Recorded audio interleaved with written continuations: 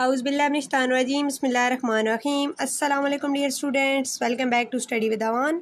ENG 5 to 4 का lecture 32 है CDA and educational discourse. Video start करने से पहले एक रिक्वेस्ट है, अगर आप चैनल पर न्यू हैं तो चैनल को लाजमी सब्सक्राइब किया करें और वीडियो आपको कैसी लगी है फीडबैक लाजमी दिया करें। सबसे पहले इंट्रोडक्शन दिया गया है। Critical discourse analysis has gained much popularity in educational research in the recent years. यानी पिछले कुछ सालों में जो CDA है वो एजुकेशनल रिसर्च के अंदर काफ़ी ज़्यादा पॉपुलैरिटी हासिल कर चुका है। फिर यहाँ पे रॉजर्स के मुताबिक कुछ नंबर्स बताए गए हैं, तादाद बताई गई है कि 1983 से 2005 तक ओनली 46 आर्टिकल पब्लिश हुए थे CDA से रिलेटेड, लेकिन पिछले 8 सालों में 257 आर्टिकल्स पब्लिश हो चुके हैं CDA एंड एजुकेशन में। तो इसको आप लोग हाईलाइट कर ले, ये MCQs में आ सकता है।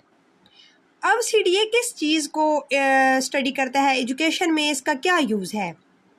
जिस तरह आपने देखा कि हम क्लासरूम इंटरेक्शन को स्टडी करते हैं, इसमें टीचर स्टूडेंट टॉक का एनालिसिस करते हैं, टेक्स्ट बुक एंड करिकुलम को एनालाइज करते हैं, एजुकेशनल पॉलिसीज़ को पढ़ते हैं और मीडिया का रोल देखते हैं और मीडिया में CDA का क्या रोल है, इसी तरह से चिल्ड्रन लिटरेचर को। अब ये जो रिसर्चर है ना पूरी दुनिया से, like Australia, Europe, Latin America, ये CDA को यूज़ करते हैं ये स्टडी करने के लिए कि लैंग्वेज, एजुकेशन सिस्टम और सोसाइटी किस तरह से आपस में कनेक्टेड है, इनका आपस में क्या रिलेशन है। ठीक है, फिर यहाँ पे इन्होंने कुछ स्कॉलर्स के नाम दिए हुए हैं। यह आपसे पेपर में इस तरह से पूछा जा सकता है कि CDA में कौन से स्कॉलर्स हैं काबिल ज़िक्र जिनका काम CDA में अहमियत कहाँ मिला है। तो नॉर्मन फेयरक्लॉफ हैं जिन्होंने लैंग्वेज और पावर और सोसाइटी पे फोकस किया था। इस तरह से जेम्स पॉल, इन्होंने भी डिस्कोर्स को स्टडी किया और सोशल सेटिंग में जो लर्निंग है उसको उस पर फोकस था। इसी तरह से वैन डाइकेन का फोकस आइडियोलॉजीज़ पे था, रेसिज्म पे था और लैंग्वेज के अंदर जो पावर है उस चीज़ को इन्होंने स्टडी किया। अब इन्होंने स्ट्रेटजी कौन सी अपनाई थी। Most CDA work in education today focus on bottom up forces like teachers and students to bring change. तो ये वाली जो टीचर और स्टूडेंट की टॉक को हम एनालाइज करते हैं तो इसको कहते हैं बॉटम अप। ठीक है, बॉटम अप ये स्ट्रेटजी है। It also explore how racism and anti racism appear in school and teacher training. CDA is not just for criticising, it also about creating positive change in education. यानी कि CDA जो है ये just criticise नहीं करता बल्कि ये change लाने के लिए भी हेल्पफुल है। नेक्स्ट हमारे पास टॉपिक है D और reconstructive orientation towards CDA inquiry. Scholars of CDA have concerned themselves by and large with the critique of domination and oppression rather than the construction of liberation and freedom। अच्छा जी, यहाँ पे Martin का basically ये कहना है कि जो CDA है ना वो मोस्टली ऐसे टॉपिक्स को एनालाइज करता है कि सोसाइटी में किस तरह जो ताकत का गलत इस्तेमाल किया जाता है और लोगों के दरमियान इनइक्वालिटीज़ होती हैं और किस तरह से जो पावरफुल ग्रुप्स होते हैं वो जो कमज़ोर लोग होते हैं उनको सोसाइटी में दबाते हैं। ठीक है, मीडिया, पॉलिटिक्स, एजुकेशन, हर एक फील्ड में देखा जाए तो। अब लेकिन जो CDA स्कॉलर्स हैं ना उनका ये कहना है कि जो CDA है वो सिर्फ क्रिटिसिज्म से रिलेटेड नहीं है बल्कि जो CDA है वो यानी वो डीकंस्ट्रक्टिव और रिकंस्ट्रक्टिव किस तरह से है। डीकंस्ट्रक्टिव का मतलब होता है कि सोसाइटी में जो हिडन इनइक्वालिटीज़ होती हैं ना, पावर का मिसयूज़ होता है, उसको एक्सपोज भी करता है और कंस्ट्रक्टिव इस सेंस में कि लोगों को एम्पावर भी करता है और सोसाइटी में बैलेंस क्रिएट करता है। अब इसमें कुछ इंपॉर्टेंट स्कॉलर्स के कॉन्सेप्ट बताए गए हैं। इस यानी ये जो ऊपर हमने एक पॉइंट पढ़ा है ना, इसको जो सपोर्ट करते हैं डिफरेंट स्कॉलर्स के पॉइंट ऑफ व्यू। सबसे पहले फुकाल्ट का कॉन्सेप्ट दिया गया है। Foucault pointed out that power is everywhere and it's neither inherently good nor a bad.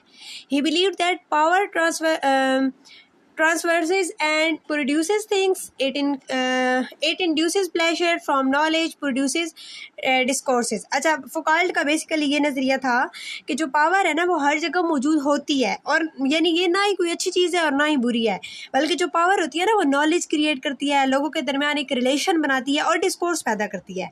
और ये हर इंस्टीट्यूशन और डेली लाइफ में ना पावर का एक रोल होता है।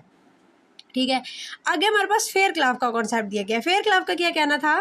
फेयरक्लॉफ also understand power as operating behind, through and within discourses, yet a large body of scholarship associated with the founding members of CDA focused on deconstructing how power was welded over people, media, politics and new liberal governments. अच्छा जी, यहाँ पे फेयरक्लॉफ ने ये कहा है कि जो पावर है ना वो लैंग्वेज के अंदर होती है, यानी पावर सिर्फ बाहर बाहर नहीं होती बल्कि ये लैंग्वेज के अंदर होती है। मतलब कि हम किस तरह से बोलते हैं, लिखते हैं, इवन सोचते हैं, तो ये सब पावर के ज़रिए इफेक्ट हो रहा होता है। ठीक है, आगे वैन डाइक का कॉन्सेप्ट दिया हुआ है। इनका ये कहना था कि जो on the way social power abuse, dominance and inequality are erected, reproduced and resisted by text and talk in a social political context। इनका ये कहना था कि जो टेक्स्ट और टॉक है ना, उनके दरमियान CDA का काम क्या होता है, यानी CDA के ज़रिए पावर कैसे अब्यूज़ होती है, और ख़ासकर एग्जांपल भी इन्होंने दिया पॉलिटिक्स, मीडिया और एजुकेशन की। अब अगर हम कंपैरिजन करें ना जो है CDA का, और CDA का जो डीकंस्ट्रक्टिव CDA है और कंस्ट्रक्टिव CDA है, तो डीकंस्ट्रक्टिव CDA बेसिकली ये देखता है कि पावर किस तरह से लोगों के ख़िलाफ़ यूज़ होती है, और किस तरह से जो है ना नाइंसाफ़ी और डोमिनेशन को समझने की कोशिश की जाती है। और जो कंस्ट्रक्टिव CDA है उसमें वो ये देखता है कि लोगों को किस तरह से एम्पावर किया जा सकता है, और यानी इंसानियत, आज़ादी और इंसाफ के लिए टूल्स प्रोवाइड किए जाते हैं, और मीडिया किस तरह से जो नेगेटिव स्टीरियोटाइप्स है ना उनको फैलाता है। फिर यहाँ पे PDA की बात हो रही है। जिस तरह मार्टिन का ये कहना था कि जो PDA है वो एक सॉल्यूशन बेस्ड अप्रोच होती है, और ये सिर्फ यानी जो है वो चीज़ों को क्रिटिसाइज़ नहीं करता बल्कि ये भी दिखाता है कि लैंग्वेज का जो यूज़ है वो किस तरह से पॉजिटिव चेंज लाने के लिए किया जा सकता है। इसके अलावा बार्टलेट का कॉन्सेप्ट बताया हुआ है। Wrote that PDA might be viewed as critical approach to discourse analysis that focuses on solution rather than problem. यानी जो बार्टलेट का ये कहना था कि PDA जो है वो सिर्फ प्रॉब्लम्स पे नहीं फोकस करता बल्कि सॉल्यूशन पर भी फोकस करता है। नेक्स्ट हमारे पास टॉपिक है CDA इन एजुकेशनल रिसर्च। अच्छा जी, यहाँ पे रॉजर्स का एक एनालिसिस है, उसके बारे में बात हो रही है कि रॉजर्स ने अपने कलीग के साथ मिलकर एक जो है रिव्यू कंडक्ट किया था 2004 से 2012 तक के जो एजुकेशनल रिसर्च पेपर थे ना उनको एनालाइज किया था बेसिकली। अब उनका गोल क्या था, उनका जो मेन गोल था वो ये था कि जो CDA है ना उसका एजुकेशन में इस्तेमाल किस तरह से होता है, और इसके अलावा उन्होंने इससे पहले भी एक रिव्यू किया था और उसमें जो 30 इयर्स की रिसर्च थी ना उसका ओवरव्यू बनता है। अच्छा, अब यहाँ पे इन्होंने डेटा कहाँ से कलेक्ट किया था, डेटाबेस रिसर्च जो है वो कलेक्ट की गई थी। इसके 5 इलेक्ट्रॉनिक डेटाबेस यहाँ पे यूज़ हुए थे, ये आपने याद रखना है, ये पेपर में आ सकते हैं। एरिक, आर्टिकल फर्स्ट, साइकिन्फो, MLA और वेब ऑफ साइंस, तो ये आपने नाम याद रखने हैं। अच्छा, अब ये वाला जो एनालिसिस था इसकी की फाइंडिंग्स क्या थी, इसमें जो 60% स्टडीज़ थी ना वो रिकन्स्ट्रक्टिव ओरिएंटेशन उसने फॉलो की थी। यानी जो CDA का यूज़ है ना लर्निंग में वो इम्प्रूवमेंट के लिए है। ठीक है, और जो 34% स्टडीज़ थी वो डिकन्स्ट्रक्टिव अप्रोच थी, यानी उसमें जो इनइक्वालिटीज़ थी उनको एक्सपोज किया गया था और लैंग्वेज के ज़रिए जो अनफेयर सिस्टम है ना उनको एक्सपोज किया था। अब एग्जांपल्स इन्होंने दी हुई है यहाँ पे कुछ, यानी जो यंग की रिसर्च थी उसमें किस चीज़ के बारे में बात हुई थी। अब उसमें ना जो ये देखा गया था, ये एक बेसिकली चिल्ड्रन पीरियडिक यानी बच्चों का एक मैगज़ीन था ना उसका एनालिसिस था। ठीक है, जो यंग की रिसर्च थी उसने ना CDA का जो इस्तेमाल है वो उसमें आइडियाज़ को कंबाइन किया था कैसे, यानी फुकाल्ट का भी नज़रिया था उसमें, वैन डाइक का भी था और हिकन का भी था। अब उसने ये देखा था कि जो रेस है और जो सोशल क्लास है और जो पॉलिटिक्स है ना उसका किस तरह से असर होता है, वर्ड्स के ज़रिए उसको किस तरह से लिखा जाता है, इमेज के ज़रिए और लेआउट्स में उसको कैसे दिखाया जाता है। उसने ये भी बताया था कि जो मैगज़ीन्स होती हैं उसमें जो काउंटर नैरेटिव्स हैं, यानी ऐसे मैसेजेस जो बच्चों में जो रेशियल प्राइड और कल्चरल और लैंग्वेज डेवलपमेंट को ना प्रमोट करते हैं, तो इस चीज़ को भी एनालाइज़ किया था।